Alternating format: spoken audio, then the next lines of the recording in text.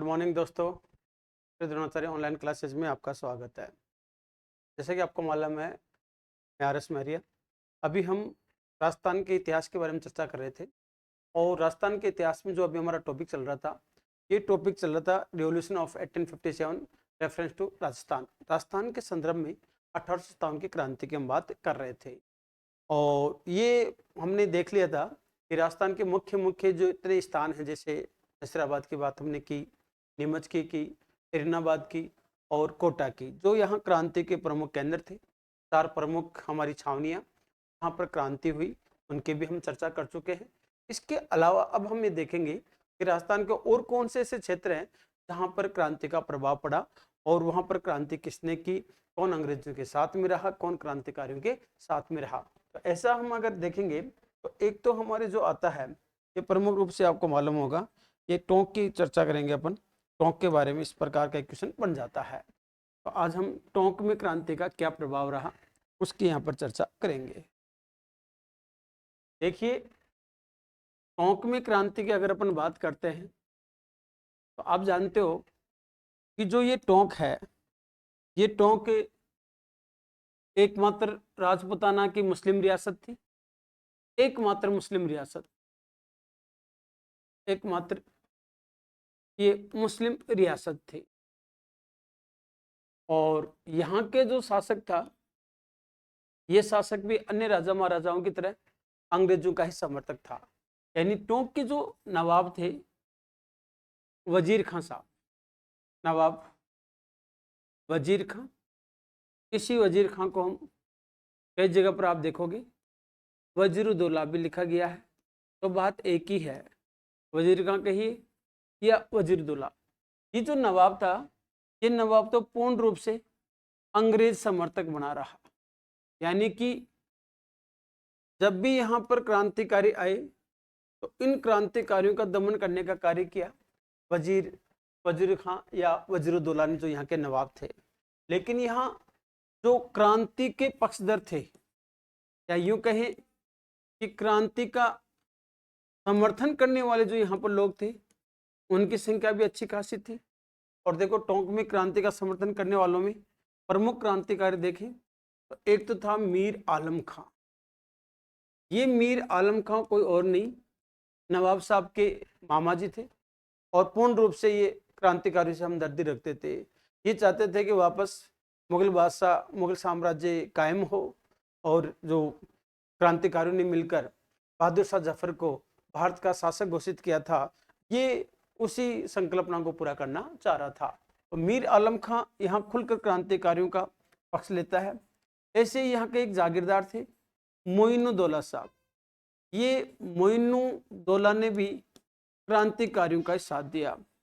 जब क्रांतिकारी टोंक के अंदर आते हैं तो इन दोनों ने, मीर आलम खां ने और मोइनुद्दौला ने, दोनों ने उनका स्वागत किया यहाँ पर और उनकी सहायता की। वजीरुद्दौला जो इनके विरुद्ध लड़ता है, तो वजीरुद्दौला के खिलाफ ये खुद क्रांतिकारियों का साथ देते हैं, मीर आलम खां और मोइनुद्दीन। एक ही कोटा जो टोंक है, उसके बारे में एक बात और कही जाती है कि टोंक एकमात्र ऐसा स्थान है जहां महिलाओं ने भी क्रांति के अंदर भाग लिया। अगर टोंक की बात करेंगे तो ये एकमात्र स्थान है जहां पर महिलाओं ने क्रांति के अंदर भाग लिया। तो कई बार ये क्वेश्चन पूछ लिया जाता है कि राजपूताना में कहाँ पर महिलाओं ने भी 1857 की क्रांति में भाग लिया। तो राजपूताना में कहाँ पर महिलाओं ने 1857 की क्रांति में भाग लिया, अगर हम उसकी बात करेंगे तो माय डियर, ये कोई और नहीं, टोंक में है। अब हमें कैसे मालूम कि टोंक के अंदर ये वास्तव में ऐसा हुआ था? तो देखो, टोंक के एक मिस्टर मोहम्मद वाजिब साहब थे। इन मोहम्मद वाजिब साहब ने एक नाटक लिखा और इनके नाटक का नाम था अजमाइश। इस अजमाइश नाटक के अंदर, अजमाइश नाटक में महिलाओं की भूमिका के बारे में बताया गया है। महिलाओं की भूमिका के बारे में बताया गया है कि जब क्रांतिकारी यहाँ पर आते हैं तो यहाँ महिलाओं ने भी उनका साथ दिया। देखिए, जब तात्या टोपे, हमें मालूम है कि क्रांति के समर्थन की बात करें तो ये तात्या टोपे साहब थे। ये तांता टोपे भी राजपूताना में आते हैं। और जब ये टोंक के अंदर आए तो टोंक में जब ये आते हैं तो अमीरगढ़ के पास में इधर नवाब साहब और इधर तांता टोपे, इन दोनों के बीच में संघर्ष होता है और इस संघर्ष में तांता टोपे की विजय हो जाती है। एक घटना तो देखो टोंक के बारे में है। दोस्तों टोंक के बारे में एक बात हमें और मालूम होना चाहिए कि जो टोंक है उस वक्त का जो निम्बाहेड़ा नामक इलाका था,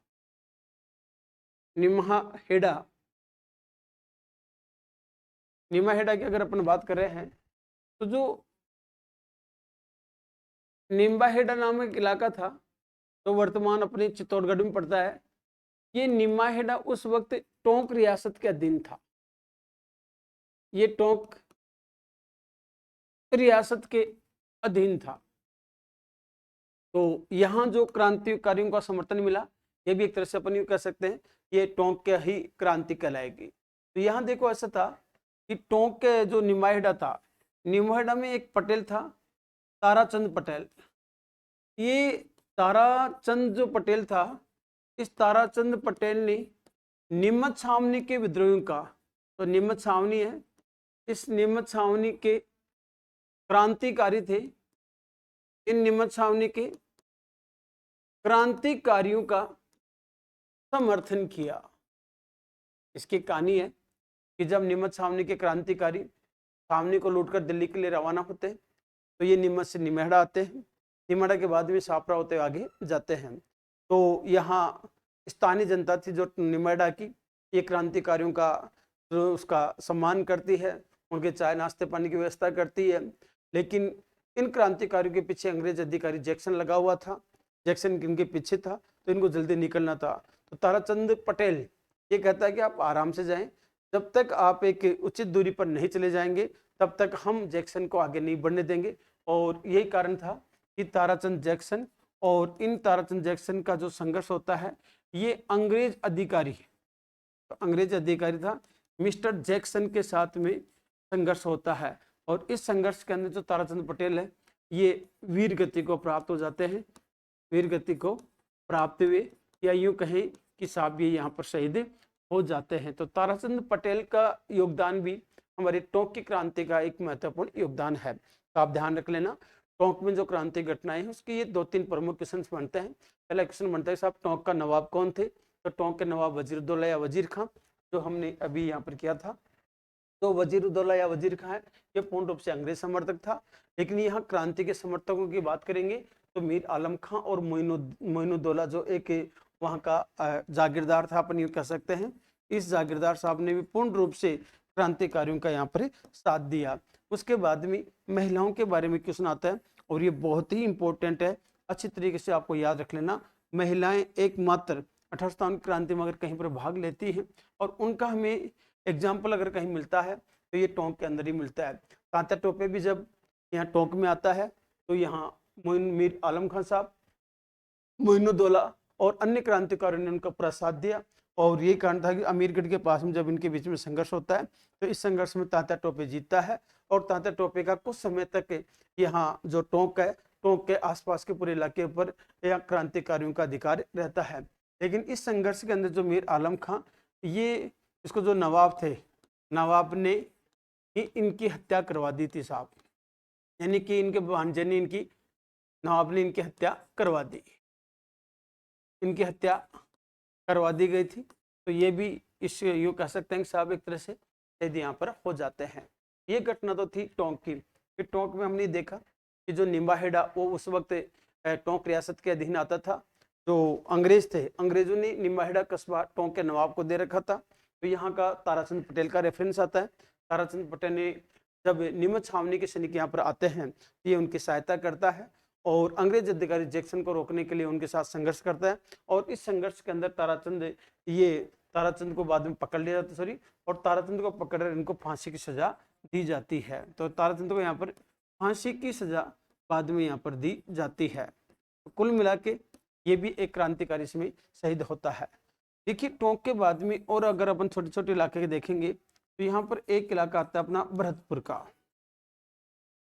दोस्तों भरतपुर के बारे में कहानी यह है कि जो ये भरतपुर था, यहाँ के जो शासक, ये शासक जसवंत सिंह जी थे यहाँ के शासक। ये जसवंत सिंह अन्य क्रांतिकारियों की तरह हम कह सकते हैं क्रांति के समर्थक, जो अंग्रेज समर्थक ही ये बने रहे, यानी अंग्रेजों के समर्थक बने रहे, अंग्रेज समर्थक थे। लेकिन यहाँ दो घटनाएं होती है। मुख्य रूप से यहाँ पर मेव जाति और मेव जाति के साथ जो गुर्जर जाति है, ये गुर्जर जाति, इन दोनों का विद्रोह यहाँ पर होता है। तो मेव और गुर्जर जाति दोनों यहाँ पर विद्रोह करती है, और जब तक क्रांति का पूर्णतः दमन नहीं हुआ तब तक भरतपुर की स्थिति इस तरह बनी रहती है। कभी अधिकार रहता है शासक का, कभी अधिकार नहीं रहता है। यहाँ भरतपुर में एक क्वेश्चन यहाँ के पॉलिटिकल एजेंट के बारे में भी आता है। देखो यहाँ का पॉलिटिकल एजेंट जो मैरिसन था, देखा जाए तो मैरिसन की हालत ये थी कि राजकाज में इनका पूरा हस्तक्षेप था। राजकाज में पूरा हस्तक्षेप होने के कारण से स्थानीय जो अधिकारी, स्थानीय जो सेना थी, ये पूर्ण रूप से इनको मैरिसन से नाराज थी। तो जब एक क्रांति की शुरुआत होती है तो उन्होंने दबाव डाला कि मैरिसन को यहाँ से भगाया जाए, अन्यथा उसकी हत्या कर दी जाएगी। जसवंत सिंह ने मैरिसन को कहा कि आप ये अभी भरतपुर छोड़ दो, लेकिन मैरिसन तैयार नहीं होता है। उन्होंने कहा कि मैं क्यों छोड़ूं? तो उसको कहा जाता है कि देख, छोड़ना तो पड़ेगा, अगर नहीं छोड़ोगे तो जो सा मेजर बटन के साथ हुआ है, मिस्टर मेसन के साथ हुआ है, वही आपके साथ होता है। अब अगर आपको अपने प्राण प्यारे हैं तो आपको अभी भरतपुर से चले जाना चाहिए। लेकिन जब ये नहीं जाता है तो ऐसी स्थिति के अंदर जो आगरा के अंदर उत्तर पश्चिम प्रांत का जो लेफ्टिनेंट गवर्नर मिस्टर कॉल्विन बैठे थे, कॉल्विन ने इनको बुला लिया कि आप यहाँ पर आ जाएं, आपके प्राणों का संकट है। तो एक क्वेश्चन यहाँ पर जो बनता है, ये इस मैरिसन का भी बनता है कि इसको युद्ध के जो क्रांति होती है, क्रांति के समय इसको आगरा बुला लिया गया था, आगरा बुला लिया गया था। ये यहाँ से आगरा चले गए थे और क्रांति के दमन के बाद भी ये यहाँ पर आते हैं। ये तो यहाँ की एक प्रमुख घटना है। भरतपुर के बाद में आप देखेंगे तो एक छोटी मोटी घटनाएं आपको धौलपुर के अंदर भी मिलेंगी। धौलपुर में क्या होता है इसको भी एक बार अपन समझेंगे।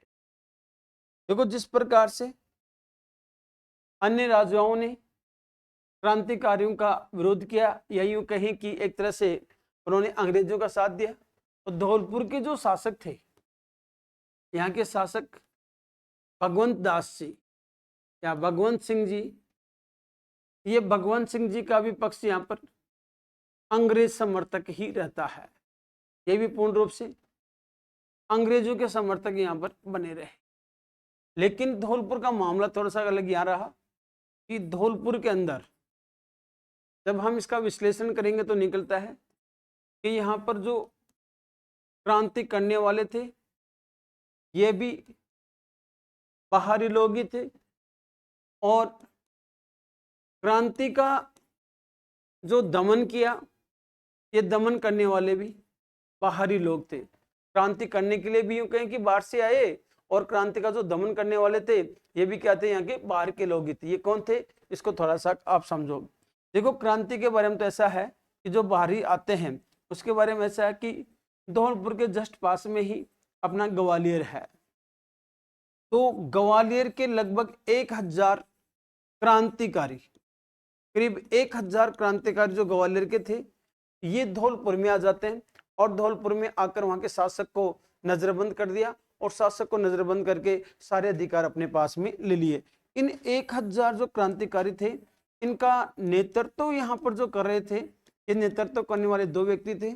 एक तो मिस्टर रामचंद्र था और दूसरा यहाँ पर हीरालाल था। तो ये हीरालाल और रामचंद्र, इन दोनों के नेतृत्व में लगभग 1000 क्रांतिकारी ग्वालियर से यहाँ पर आते हैं। अब 1000 तो ये आते हैं, और जो स्थानीय और लोग जो अंग्रेजों से नाराज थे, ये लोग भी इनसे जुड़ जाते हैं। तो एक अच्छी खासी संख्या इनकी हो जाती है, और एक लंबे समय तक धौलपुर के ऊपर, लगभग 2 महीने तक धौलपुर पर इनका अधिकार रहता है। यहाँ का जो शासक है भगवंत सिंह जी, इसको मात्र लगभग अपन कह सकते हैं कि 2 माह तक इनको महलों में नजरबंद रखा गया था। 2 माह तक महलों में इनको नजरबंद रखा गया। अब गुप्त रूप से ये क्या करता है, ये सहायता लेता है।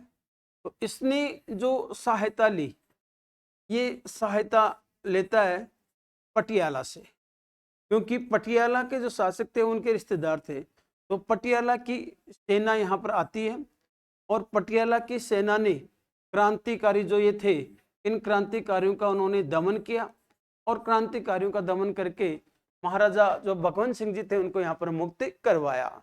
तो यहाँ पर अपन सीधा सा कह सकते हैं कि क्रांतिकारी भी बाहरी लोग थे और क्रांति का दमन करने वाले भी बाहरी लोग थे। क्रांति यहाँ पर जो करते हैं वो ग्वालियर के विद्रोही करते हैं, रामचंद्र और हीरालाल के नेतृत्व में आते हैं, यहाँ पर महाराजा को नजरबंद कर देते हैं और लगभग 2 माह तक उनका अधिकार यहाँ पर बना रहता है। उसके बाद में महाराजा जसवंत सिंह जी अपने रिश्तेदार पटियाला के शासकों से सहायता मांगते हैं। तो पटियाला की 2 सिख बटालियन यहाँ पर आती है और उन सिख बटालियन ने क्रांति का यहाँ पर दमन किया और महाराजा को वापस उसको जो महलों में नजरबंद कर रखा था उनको यहाँ पर मुक्त करा दिया जाता है। ये कहानी तो थी धौलपुर की। अब धौलपुर में आपको एक और कहानी मिलेगी और ये कहानी मिलती है यहाँ पर देवा गुजर की। देखो यहाँ देवा नामक एक गुजर और था और इस गुजर ने लगभग 3000 क्रांतिकारी इन्होंने सब क्रांतिकारियों की एक तरह से फौज तैयार कर ली थी देवा गुजर ने। इन देवा गुजर ने लगभग जो सरकारी खजाना था, इस सरकारी खजाने से 2 लाख रुपए, उस जमाने में बहुत होते साहब, 2 लाख रुपए लूटे और लूटकर इन्होंने ये 2 लाख रुपए का एक बड़ा हिस्सा क्रांतिकारियों को दिया, जिससे क्रांतिकारियों ने हथियार खरीदा। तो क्वेश्चन आ जाएगा साहब, देवा गुजर के नेतृत्व में जो 1857 की क्रांति में विद्रोह कहाँ पर हुआ था? तो ये आपको सीधा सा का आपको मालूम होना चाहिए, धौलपुर के अंदर ऐसा हुआ था। तो एक तो देवा गुजर के बारे में आएगा यहाँ पर और एक दूसरा आएगा ये ग्वालियर के क्रांतिकारियों के बारे में। ये बाहरी यहाँ पर आते हैं और आकर अधिकार कर लेते हैं। तो ये था हमारे धौलपुर में। तो धौलपुर, भरतपुर, टोंक ये छोटे छोटे ऐसे हैं।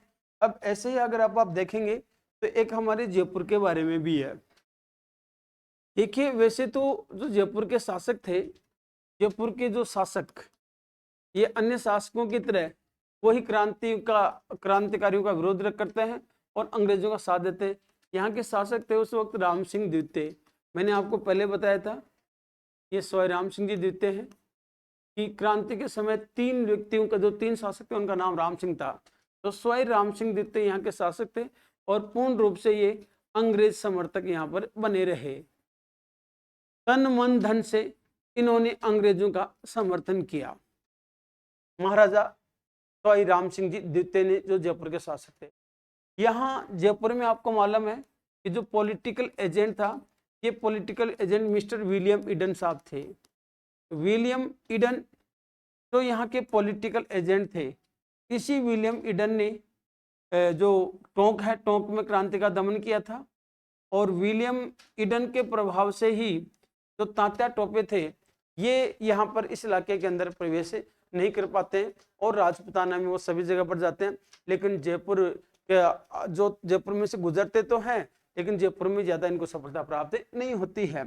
तो विलियम ईडन यहाँ के पॉलिटिकल एजेंट। विलियम ईडन को पता चला कि यहाँ पर 3 व्यक्ति हैं, ये साजिश रचने के दोषी। ये सब 3 व्यक्ति ऐसे हैं यहाँ पर जो यहाँ साजिश रच रहे हैं और इनको बंदी बनाया जाए। इन 3 व्यक्तियों की बात करें तो एक का नाम था उस्मान खान और उसके घर से देखो पूरा एक क्रांति का नक्शा भी मिला था कि कहाँ कहाँ पर कब कब क्रांति है। एक उसी के अंदर विलियम खां, उस्मान विलियम सादुल्ला, विलियम खां, ये भी अंदर ही अंदर योजना बना रहा था। और तीसरा व्यक्ति था सादुल्ला खां साहब, सादुल्ला खां। तो क्वेश्चन ये आ जाए कि पॉलिटिकल एजेंट विलियम ईडन के कहने पर किन 3 साजिशकर्ताओं को महाराजा राम सिंह ने जयपुर में बंदी बनाया? तो इन तीनों को समय से पहले ही, यानी कि क्रांति नहीं कर पाए, इनको गिरफ्तार कर लिया गया। इन तीनों को यहाँ पर बंदी बना लिया गया। बंदी बनाया गया। अब कैप्टन जो पॉलिटिकल एजेंट कहता है बंदी बना लिया। अब बंदी बनाने के कारण से अब यहाँ पर जो क्रांति है ये क्रांति को अंजाम नहीं दे पाते हैं। जयपुर के जो शासक हैं वो ये इन तीन को बंदी बना लेते हैं और इनकी जो योजना है वो असफल हो जाती है जयपुर के शासकों की। एक तो देखो इनकी कहानी ये है। दूसरी, सवाई राम सिंह के बारे में ये भी कहा जाता है कि ये अपने एक जागीरदार थे शिव सिंह जी, उनसे पूछते हैं कि हमें क्या करना चाहिए, अंग्रेजों का साथ देना चाहिए या फिर क्रांतिकारियों का। तो शिव सिंह जी तो ऐसे कहते हैं कि साहब आपको क्रांतिकारियों का साथ देना चाहिए, लेकिन उनकी सलाह नहीं मानी गई और ये पूर्ण रूप से अंग्रेज भक्त बने रहे और तन मन धन से इन्होंने अंग्रेजों का साथ दिया। जब क्रांति का दमन हो जाता है तो अंग्रेज भी इनसे बड़े प्रभावित होते हैं और अंग्रेजों ने प्रभावित होकर जो राम सिंह जी द्वितीय है, इस राम सिंह द्वितीय को एक तो उपाधि दी सितार ए हिंद की उपाधि, इनको उपाधि दी जाती है सितार ए हिंद की उपाधि, स्टार ऑफ इंडिया जिसको बोला जाता है अंग्रेजी में स्टार ऑफ इंडिया।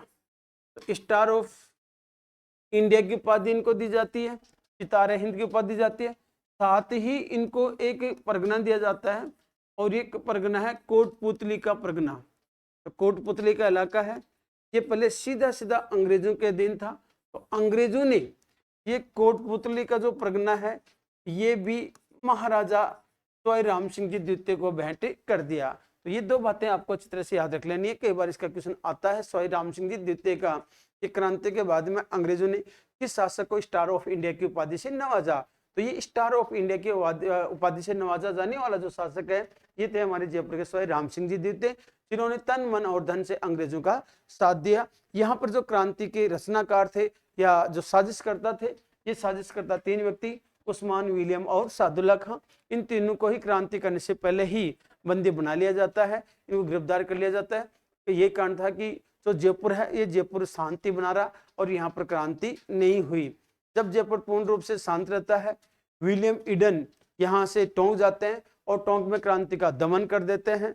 जब पूर्ण रूप से क्रांति का दमन हो जाता है तो अंग्रेज इनसे बड़े प्रभावित रहते हैं सवाई राम सिंह जी द्वितीय से, और इन्होंने इनको स्टार ऑफ इंडिया की उपाधि और कोटपुतली का परगना भेंट किया। तो ये बातें थी हमारे जयपुर के बारे में। देखिए जयपुर के बाद में अगर हम और चर्चा करते हैं तो एक अपन बीकानेर के बारे में भी थोड़ा सा पढ़ेंगे। बीकानेर की अगर हम चर्चा करें तो बीकानेर के जो शासक थे उस वक्त सरदार सिंह जी, बीकानेर के जो शासक थे ये शासक थे महाराजा सरदार सिंह। ये महाराजा सरदार सिंह भी पूर्ण रूप से क्रांतिकारियों के समर्थक थे, या सॉरी क्रांतिकारियों के विरोधी, या अपनी यूं कह सकते हैं अंग्रेज समर्थक थे। महाराजा सरदार सिंह के बारे में तो ये कहा जाता है कि ये एकमात्र राजपूताना का एकमात्र शासक था जो अपने राज्य की सीमाओं से बाहर जाता है सेना लेकर और बाहर जाकर क्रांति का दमन करने में अंग्रेजों की सहायता करता है। बहुत बार एग्जाम में पूछ लिया जाता है कि राजपूताना का शासक जो अपने राज्य की सीमाओं से बाहर जाकर क्रांति का दमन करने में अंग्रेजों की सहायता करता है, तो ये कोई और नहीं हमारे बीकानेर के महाराजा सरदार सिंह जी थे जो राज्य की सीमाओं से बाहर जाते हैं। एक्चुअल में होता क्या है कि उस वक्त देखो बीकानेर और आज का जो हिसार है, जैसे जैसे बीकानेर की सीमा जाएगी आपकी और इधर अपन देखेंगे तो ये पंजाब वाला इलाका है, जो हिसार वाला इलाका, हिसार आजकल तो हरियाणा में पड़ता है लेकिन पहले ये पंजाब प्रांत में था।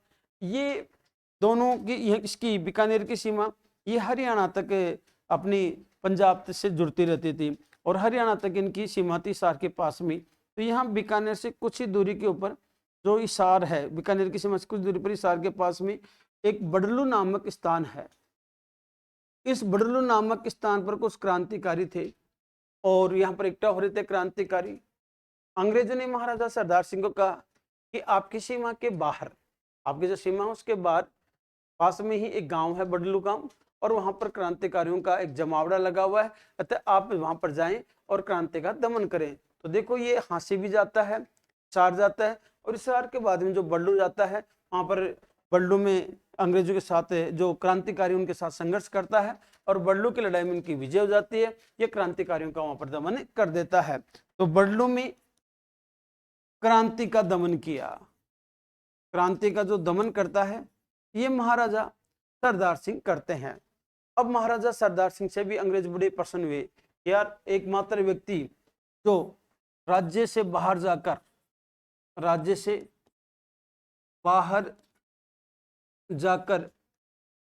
ससैन्य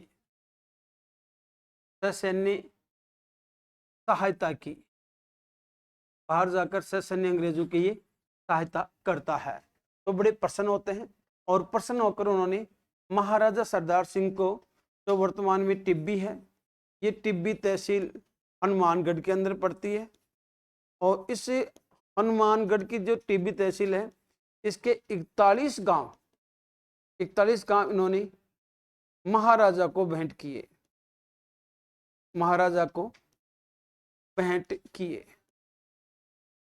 एक पक्ष तो देखो इनके बारे में ये था महाराजा सरदार सिंह के बारे में कि राज्य की सीमाओं से बाहर जाते हैं, अंग्रेजों की सहायता करते हैं, और अंग्रेजों की सहायता करते हैं, बल्लू के युद्ध में क्रांतिकारियों को हराते हैं। यही कारण है कि जब क्रांति का दमन हो जाता है, तो क्रांति के दमन होने के बाद में महाराजा सरदार सिंह को टिब्बी, जो वर्तमान हमारे हनुमानगढ़ में पड़ता है, इस टिब्बी के 41 गांव महाराजा को भेंट स्वरूप दिए जाते हैं। ये तो बीकानेर का एक ऐसा पक्ष महाराजा का तो हमें ये बताता है कि पूर्ण रूप से अंग्रेज समर्थक थे। देखो जैसे अभी इतिहास का पुनर्लेखन चल रहा है, तो नए नए रिसर्च से कई चीजें निकल कर आ रही हैं। इन रिसर्च में एक बात और भी निकल कर आई है कि उस वक्त हमें बीकानेर के महाराजा तो सरदार सिंह जी थे, जयपुर के महाराजा राम सिंह जी थे, और मेवाड़ के जो महाराजा थे, ये मिलकर इन्होंने एक योजना बनाई कि हमें क्रांति करनी चाहिए, अंग्रेजों को यहाँ से भगाना चाहिए, लेकिन उसके लिए पहले हमें तो सहायता लेनी चाहिए। ये सहायता लेनी चाहिए रूस की। तो ये रूस के जो जार थे उस वक्त, उस रूस के जार को लेटर भी लिखते हैं, लेकिन वो समय पर सहायता नहीं दे पाया। ये कारण था कि अब इन्होंने देखा कि हमें चुप रहना ही है, और जैसे भी हमें और शासक अंग्रेजों की सहायता कर रहे हैं, वैसे हमें भी अंग्रेजों की सहायता करनी है। लेकिन वास्तव में अगर इस बात को देखा जाए तो इन तीनों शासकों का एक पक्ष ये नजर आता है कि बाहरी रूप से इन्होंने अंग्रेजों का साथ दिया, लेकिन इनके मन में भी ये था कि अंग्रेजों के शासन को समाप्त किया जाए। ये स्रोत हमें केवल रूस से ही प्राप्त हुए हैं, वहीं से सेपरेट लेटर प्राप्त हुए। राजस्थान के अंदर अभी यूँ कहें कि भारत के अंदर ऐसा कोई स्रोत नहीं मिलता तो ये बताता है कि इन महाराजाओं ने प्लानिंग ये की थी। लेकिन जो भी रहा हो, इनके मन में देखा जाए तो अगर दूसरे पक्ष से अगर अपने एक और एंगल से सोचें तो ये क्रांतिकारियों की हिमायती भी थे। और बीकानेर की तो अगर बात करें तो बीकानेर को मालूम आपको, सब डोंगजी जवाहर जी की बात आती है, तो उस वक्त जवाहर जी को बीकानेर के महाराजा जो रतन सिंह जी थे, उन्होंने शरण दी थी, और अंग्रेजों के कहने पर भी उन्होंने जो जवाहर सिंह जी है उनको नहीं लौटाया था, अंग्रेजों को नहीं लौटाया था, जबकि दूसरी ओर जोधपुर के महाराजा ने डोंग जी को अंग्रेजों के हवाले कर दिया था। तो ये बात ये संकेत देती है कि ये अंग्रेजों के केवल दबाव के अंदर ही अंग्रेजों के साथ थे, मन से इनको क्रांतिकारियों की सहानुभूति थी। अब क्रांतिकारियों की सहानुभूति का एक और नमूना बीकानेर के महाराजा ये सरदार सिंह भी पेश करते हैं। देखो इनके बारे में ये कहा गया है कि तात्या टोपे राजपूताना के सभी रियासतों में आता है, और हम भी जानते हैं कि जैसलमेर रियासत को छोड़कर ये तात्या टोपे राजपूताना की सभी रियासतों के अंदर सहायता के लिए जाता है, हर रियासत में भ्रमण करता है। जब ये बीकानेर के महाराजा सरदार सिंह से जाते हैं तो बीकानेर के महाराजा सरदार सिंह ने कहा कि देखो बात ऐसी है, मैं पूर्ण रूप से तो आपकी सहायता नहीं कर सकता, लेकिन ये 10 घुड़सवार मैं आपको देता हूँ। तो उस वक्त 10 अपने जो बहुत तेज और बहुत अच्छे योद्धा घुड़सवार थे, ये 10 घुड़सवार सहायता स्वरूप उन्होंने तात्या टोपे को भेंट किए थे। यही नहीं, जब तात्या टोपे का दमन हो जाता है, वो बंदी बना लिए जाते हैं, तो सिक्कर के पास में ही ये दमन होता है उनका, उसको सिक्कर के पास में तात्या टोपे कह सकते हैं हाथ होता है, उसके 700 सैनिक हैं, उनको अंग्रेज बंदी बना लेते हैं और उनको फांसी देना चाहते हैं। लेकिन महाराजा सरदार सिंह ने ही अंग्रेजों को समझाकर उन 700 बंदियों की फांसी रुकवाई थी। तो ये भी ये बात कहती है कि महाराजा के मन के अंदर कहीं ना कहीं क्रांतिकारियों के प्रति सहानुभूति थी। ये कारण है कि उन्होंने कन्विंस करके अंग्रेजों को 700 अंग्रेज जो क्रांतिकारी थे, हमारे जो तात्या टोपे के सैनिक थे, उनको फांसी दी जा रही थी, उनकी फांसी को उन्होंने रुकवाया और 10 घुड़सवार देकर उन्होंने तात्या टोपे की सहायता की। ये तो था बीकानेर के बारे में। अपने जयपुर के बारे में छोटी छोटी जितने भी हमारी ये राजपूताना की अपन और इलाके देखेंगे तो इसमें यही कहानी निकल कर आती है। अब हमारे राजपूताना में एक प्रमुख रूप से एक विशेष अगर एक पार्ट और बचता है क्रांति के बारे में तो ये बचता है तात्या टोपे का योगदान, कि राजपूताना में तात्या टोपे आता है और राजपूताना में तात्या टोपे आकर यहाँ पर क्या क्या कार्य करता है। तो अब हमारा जो नेक्स्ट स्टेप होगा ये होगा तात्या टोपे के बारे में।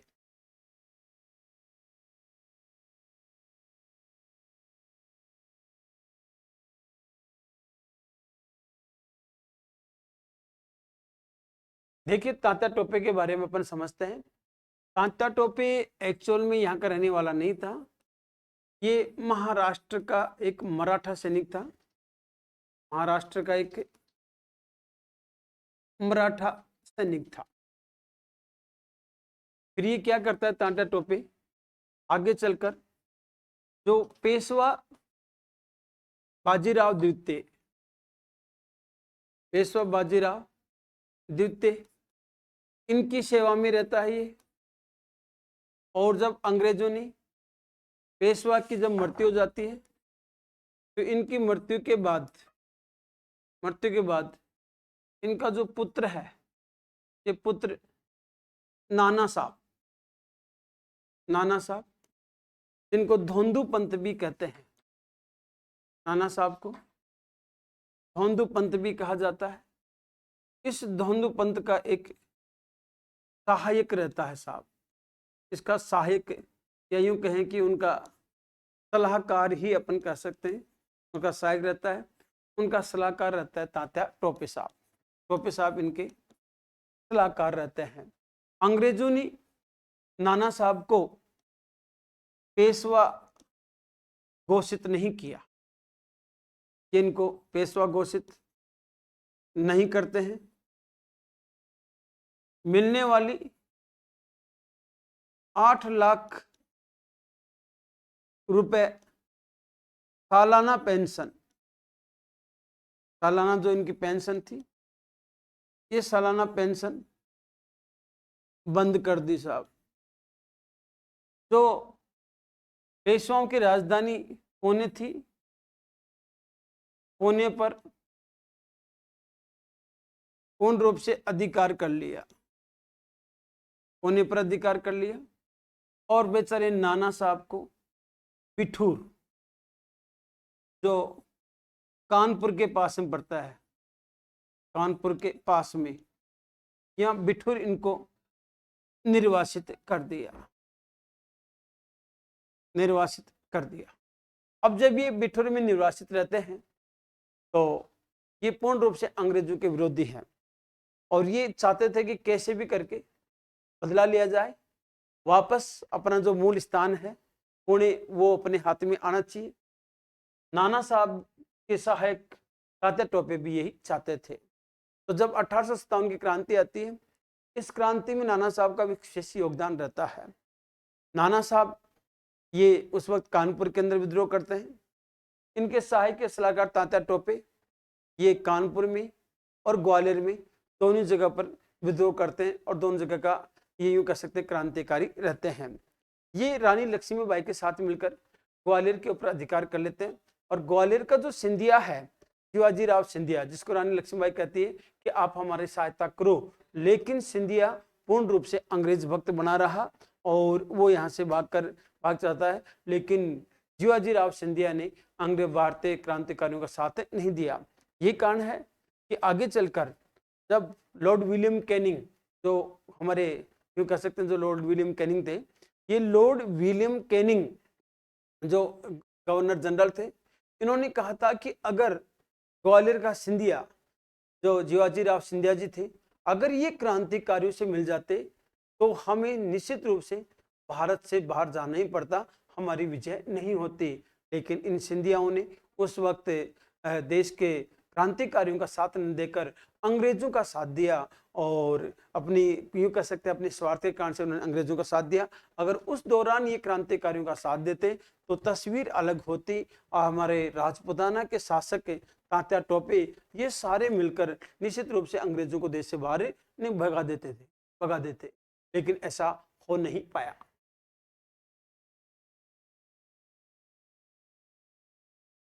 देखिए जब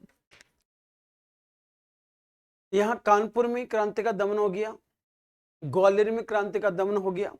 तब तात्या टोपे सोचता है कि मुझे राजपूताना के शासकों के राजपूताना के जो शासक हैं उनकी सहायता लेनी चाहिए और राजपूताना के शासकों के साथ मिलकर मुझे इन अंग्रेजों को देश से बाहर निकालना चाहिए। किसी भी स्थिति में तात्या टोपे, जिनका वास्तविक नाम रामचंद्र पांडुरंग था, ये रामचंद्र पांडुरंग या तात्या टोपे जिनको अपन कहेंगे, ये निश्चित रूप से अंग्रेजों को देश से बाहर निकालना चाहता था। राजपूताना के योद्धाओं के बारे में बहुत कुछ सुन रखा था कि राजपूताना के शासक ऐसे हैं। अब राजपूताना के शासकों की वीरता के बारे में सुन रखा था, लेकिन उनको यह मालूम नहीं था कि इनका सबका जो रक्त है वो ठंडा पड़ चुका है और सब अंग्रेज चापलूस बन चुके हैं। ये कारण है कि ये बेचारा 3 बार राजपूताना में आता है, लेकिन तीनों बार में से कभी भी किसी भी समय राजपूताना के शासकों ने छुटपुट छोटी मोटी सहयोग के अलावा, वो भी 1-2 शासक हैं जो नाम मैं अभी अपन चर्चा करेंगे उनकी, 1-2 शासकों के अलावा किसी ने भी इनकी सहायता नहीं की, इनकी राह में रोड़े ही अटकाए। ये काम तात्या टोपे के लिए होता है। लेकिन फिर भी तात्या टोपे ये देख रहा था कि यहाँ अमरचंद भाटिया जैसे वीर, अमरचंद भाटिया जैसे भामाशाह अगर राजस्थान के अंदर हैं, वो मातृभूमि के लिए अपनी पूरी संपत्ति दान कर सकता है, तो अगर मैं वास्तव में मेरी बात अगर वहाँ के शासकों को कहूँगा और वो मेरे साथ होंगे तो हम मिलकर अंग्रेजों को देश से बाहर निकाल सकते हैं। तो इसी प्रयोजन से तात्या टोपे 3 बार राजपूताना में आता है। अब यहाँ आपने एक चीज मैं बार बार आपको बता रहा हूँ, एक नाम और ले रहा हूँ, अमरचंद भाटिया। वैसे तो मैं उसको आगे समझाऊंगा, लेकिन एक बार थोड़ा सा समझ लो। अमरचंद भाटिया एक्चुअल में हमारे बीकानेर के रहने वाले थे। बीकानेर के एक सेठ घराने से थे, ग्वालियर जाते हैं। एक्चुअली में इनके दादाजी जो ग्वालियर जाते हैं, ग्वालियर में ये ग्वालियर राजघराने के उपदीवान रहते हैं, उपदीवान थे उस वक्त क्रांति के समय। इनको लगा कि अंग्रेजों को वास्तव में देश से बाहर निकालना चाहिए और ये काम रानी लक्ष्मीबाई और तात्या टोपे ही कर सकते हैं। तो ये रानी लक्ष्मीबाई के पास जाते हैं और कहते हैं कि आप मेरी सारी संपत्ति ले लो, लेकिन अंग्रेजों को देश से बाहर निकाल दो। जब पैसों की कमी रहती है रानी लक्ष्मीबाई के पास में और तात्या टोपे के पास में, तब ये एक तरह से जो हमारे ये अमरचंद भाटिया साहब थे, बीकानेर के मूल निवासी, इन अमरचंद भाटिया ने अपनी सारी संपत्ति तात्या टोपे और रानी लक्ष्मीबाई को सौंप दी। जब ये सारी संपत्ति इनको सौंप देते हैं, ये कुछ समय के लिए अपनी सेना को, अपनी कुछ सेना का संचालन करते हैं और अंग्रेजों का यूं कह कि उसका मुकाबला करते रहते हैं। लेकिन जैसे ही अंग्रेजों को क्रांति के दमन के बाद में पता चला कि ग्वालियर में किन्होंने अंग्रेजों रानी लक्ष्मीबाई और तात्या टोपे की सहायता की, तो एक ही नाम उभर कर आता है, सेठ जी अमरचंद भाटिया का। इनको पकड़ा जाता है, इनको फांसी दी जाती है और हमारे लिए कृष्ण बन जाता है राजपूताना का प्रथम व्यक्ति जो 1857 की क्रांति में शहीद होता है या जिनको फांसी दी जाती है। तो 1857 की क्रांति में जो पहली फांसी दी गई ये अमरचंद भाटिया को दी गई। ये कारण है कि कुछ इतिहासकार अमरचंद भाटिया को राजस्थान का मंगल पांडे कहते हैं। एक ही दूसरा यह है कि जो अमरचंद भाटिया है, इसको क्रांति का भामाशाह भी कहा जाता है। हम जानते हैं राजस्थानी कि जो भामाशाह जो पाली के एक शेर थे, और जब पैसे की कमी होती है, जब पैसे की कमी हो जाती है, प्रताप के पास जंगलों में घूमता घूमता, तो उस स्थिति में 1580 के अंदर तुल्यग्राम के पास उनसे मिलकर 20,000 स्वर्ण मुद्राएं भामाशाह को भेंट करता है। प्रताप उससे बड़ा प्रसन्न होता है और प्रताप ने मेहसाना को सेनापति पद से हटाया और मेहसाना के स्थान पर उन्होंने प्रधानमंत्री पद से हटाया और मेहसाना के स्थान पर उन्होंने भामाशाह को अपना प्रधानमंत्री नियुक्त किया था।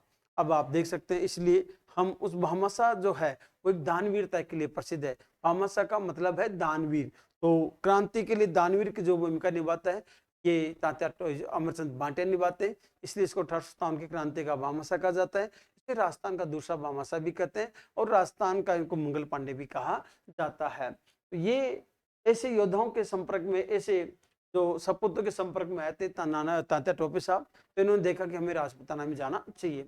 तो अब ये राजपूताना में कब कब आते, क्या क्या करते हैं, उनकी देखो अपन बात यहाँ पर करेंगे। लेकिन इनके बारे में कहा जाता है कि ये सबसे पहले जो राजपूताना में आते हैं, ये सबसे पहले राजपूताना में आ रहे 8 अगस्त 1857 को ये पहली बार राजपूताना के अंदर आए। जब ये पहली बार राजपूताना में आते हैं तो ये उस वक्त आते हैं हमारे भीलवाड़ा के अंदर। भीलवाड़ा में ये आए और भीलवाड़ा में कोठारी नदी के किनारे, तो कोठारी नदी है, इस कोठारी नदी के किनारे कुआड़ा नामक जो एक स्थान है, इस कुआड़ा स्थान पर ये पहली बार आते हैं 8 अगस्त 1857 को। और इसी जो कुआड़ा नामक स्थान है, इस कुआड़ा नामक स्थान के ऊपर 9 अगस्त 1857 को कैप्टन